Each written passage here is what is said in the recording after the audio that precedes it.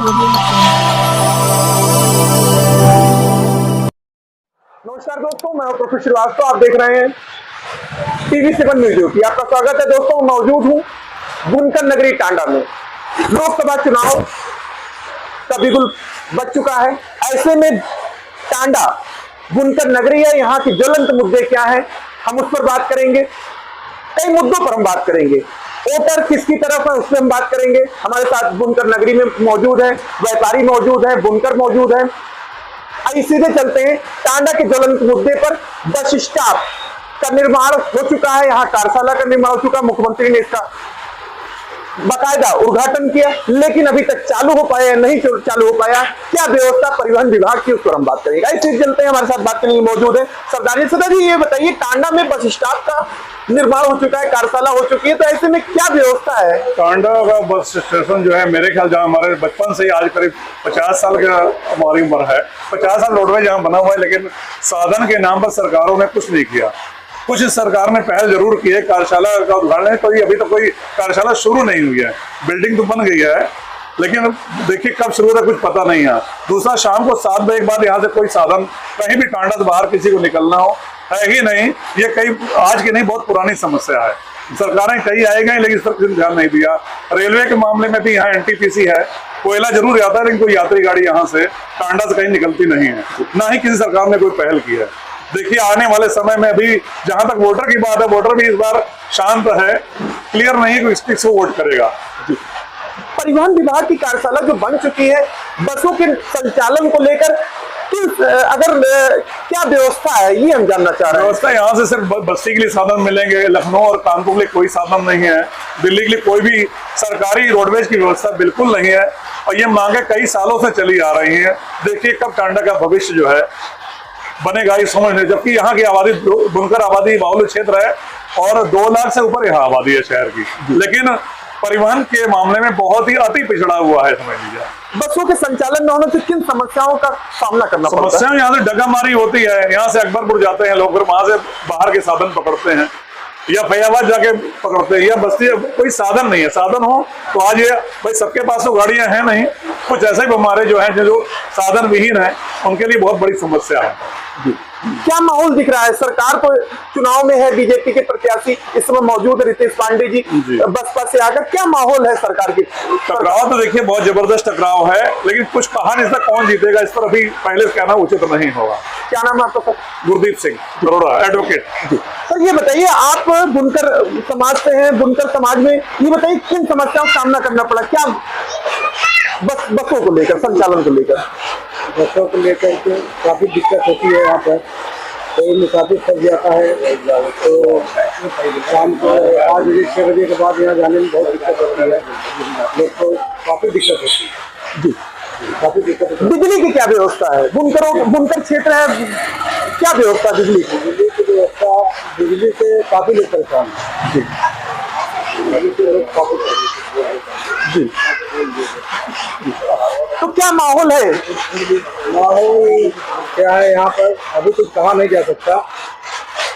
देखिए जो पब्लिक के दिल में क्या है क्या नहीं है कुछ कहा नहीं जा सकता। लोकसभा चुनाव सर पर है, ऐसे में क्या माहौल दिख रहा है? माहौल तो सर अभी तो कुछ भी साफ साफ नजर नहीं आ रहा। अभी ये तो कुछ दिनों बाद जो है, जैसे जैसे थोड़े दिन गुजरेंगे, उस तरह से जो है हमारी समस्याओं को लेकर जो जागरूक होंगे या जो प्रत्याशी हमारी इन समस्याओं के निदान का वादा करे, तो हो सकता है कि इसके पक्ष में जो है जाने की। सरकार 6 साल की योगी सरकार है। योगी सरकार में बिजली की क्या व्यवस्था, किन समस्याओं का सामना करना पड़ा? सबसे बड़ी समस्या यहाँ बुनकरों की, ये जो बिजली का फ्लैट रेट, फिक्स रेट था, उसको मतलब समाप्त करके उन्होंने 400 रुपया पर किलो कर दिया। यही सबसे बड़ी दिक्कत हो गई कि एक बड़े आदमी और छोटे आदमी के बीच का अंतर उन्होंने समाप्त कर दिया। यानी जिसके पास 100 रूम चलता है वो भी 400 रुपया दे, जिसके पास 4 रूम चलता है वो भी 100 रुपया दे। तो हम ये चाहते हैं कि गरीबों को छूट मिलनी चाहिए, तब इस क्षेत्र का जो है छोटे बुनकरों का विकास संभव है। डिपो बनाए जाने को लेकर सरकार की तरफ से क्या कदम उठाए गए कपड़ों की खरीद को लेकर? सिर्फ वो अभी तक जो भी बातें हुई सिर्फ वो हवा में रही, इसका कोई कार्य जो है अभी धरातल पे नजर नहीं आया। या अभी कुछ योजनाएं जो बुनकरों के नाम पे आती है उनको वो सिर्फ बड़े रसूखदारों या जो अधिकारियों के करीब होते हैं उसका फायदा उन्होंने उठाया, छोटे बुनकरों को उसका कोई लाभ नहीं मिला। क्या इसका खामियाजा बीजेपी में बैठे केंद्र में बैठे मोदी सरकार को भुगतना होगा? आगामी लोकसभा चुनाव है, बीजेपी की तरफ से रितेश पांडे जी हैं लोकसभा के प्रत्याशी, वहीं बसपा से कलाम साहब ही आ गए हैं, आज उनकी घोषणा हो गई है। तो सपा से लालजी वर्मा जी पुराने नेता है, तो ऐसे में क्या दिख रहा है? इसका खामियाजा योगी और मोदी सरकार को भुगतना पड़ेगा?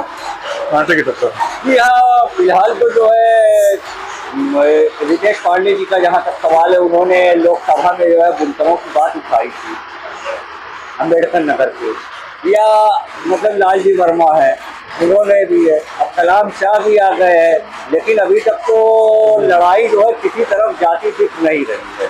लेकिन संभवतः हो सकता है कि आने वाले कुछ दिनों में ये डिश जो है क्लियर हो। क्या नाम है आपका? मेरा नाम अब्दुल्ला है। आपका क्या नाम है? दोस्तों आपको बता दें कि बुनकर एरिया है, बुनकर एरिया में मौजूद है, हम टांडा विधानसभा में मौजूद है। सपा की तरफ से पूर्व कैबिनेट मंत्री कटहरी विधायक लालजी वर्मा प्रत्याशी लोकसभा के, वहीं भाजपा से बसपा से आए हुए रितेश पांडे जी हैं। कांटे की टक्कर है, बुनकर अपने आप को छला सा महसूस कर रहा है, वहीं सिख समुदाय भी अपने आप को छला महसूस कर रहा है। आपको बता दें कि बुनकरों के क्षेत्र में जहां तक डिपो नहीं बनाए गए, कपड़े बेचने को लेकर बुनकर इधर उधर भटकते नजर आ रहे हैं, औने पौने दामों पर बेचते हैं। वहीं दूसरी तरफ कार्यशाला बस स्टॉप की बना दी गई, लेकिन अभी तक एक भी बस वहां बनने को नहीं आई। कागजी कोरम पूरा कर लिया गया, सिर्फ कागजों में संचालन किया जा रहा है। बसों के संचालन को लेकर पूरी तरह व्यवस्था ध्वस्त है। परिवहन एक ऐसी व्यवस्था है जो विकास को जोड़ता है, वो पूरी तरह ध्वस्त है। खैर जो भी हो, बड़ा मुद्दा है, बुनकर नगरी अपने आप को छला सा महसूस करी। अब देखना होगा वो किस करवट बैठता है। बीजेपी के रितेश पांडे और सपा से लालजी वर्मा गठबंधन के इंडिया के प्रत्याशी। अब देखना होगा क्या माहौल है। आगे हम बात करते रहेंगे मुद्दों की, जो जमीनी मुद्दे हैं। डॉक्टर श्रीवास्तव, TV7 न्यूज सहयोगी जाहिर आलम के साथ अम्बेडकर।